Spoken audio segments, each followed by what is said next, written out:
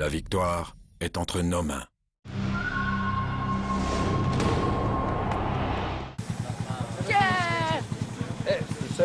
Tout est ok. Merci. Merci chérie, tu es ma cliente préférée. Et tu es mon meilleur ami. Et est-ce que c'est l'arrière de votre moto là? Oui, j'espère. Ça a été pour aujourd'hui. Pas de problème. Il y a toujours de nouvelles choses, des vibrations. C'est pourquoi on ne peut pas finir le Dakar sans l'aide de Loctite. Les jours se suivent et se ressemblent pour les pilotes du Dakar. Hier, ils ont vécu une spéciale terrible de 500 km. Aujourd'hui, pour la dernière étape chilienne, les organisateurs leur ont réservé un tracé plus court mais tout aussi difficile. 235 km dans les dunes autour de Copiapó. Les organismes et les véhicules vont encore souffrir. Chez les autos, avantage aujourd'hui à Nasser Al-Attiyah puisque le parcours est essentiellement sablonneux, son terrain favori. Et le Qatari va le démontrer puisqu'au passage du premier point de contrôle, il passe en tête. Les écarts sont minimes, seulement 16 secondes le séparent de Carlos Sainz. Pour Stéphane Peter Hansel, l'Ascoumoun continue, le Français lâche encore 1 minute et 15 secondes sur la tête de course. Malheureux hier dans le dernier tronçon, Carlos Sainz a à cœur de bien faire, deuxième au classement général.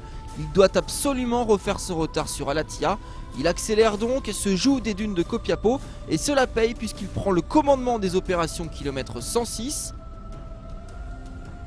On dit souvent qu'il faut apprendre de ses erreurs. Bloqué dans les dunes hier, l'Espagnol est dans un grand jour. Au final, le Matador sort roi de l'arène de Copiapó aujourd'hui. Il l'emporte devant Nasser Al-Attiyah avec 2 minutes d'avance. Le Qatari toujours leader au général. Ginel de Villiers complète lui le triplé VW, la marque Volkswagen qui aura marqué de son empreinte les pistes chiliennes cette année.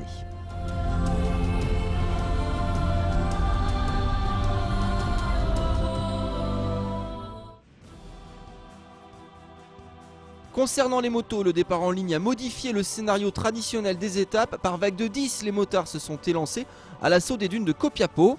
Fortune diverse pour les pilotes car beaucoup vont opter pour le mauvais cap. La bonne interprétation du roadbook est primordiale sur le Dakar. Le meilleur à ce petit jeu là c'est Helder Rodriguez. En forme depuis le coup d'envoi de cette 33e édition, le Portugais va encore faire la différence aujourd'hui sur les autres pilotes.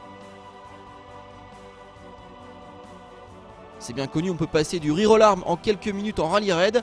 Les erreurs de navigation ou de pilotage peuvent être fatales. Aujourd'hui c'est une panne d'essence qui va empêcher l'Ibérique de remporter un nouveau succès.